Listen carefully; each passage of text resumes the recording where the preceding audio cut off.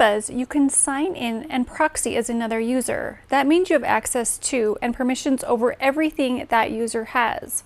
So it's important to use this feature responsibly. Only users with domain proxy permissions can proxy as another user.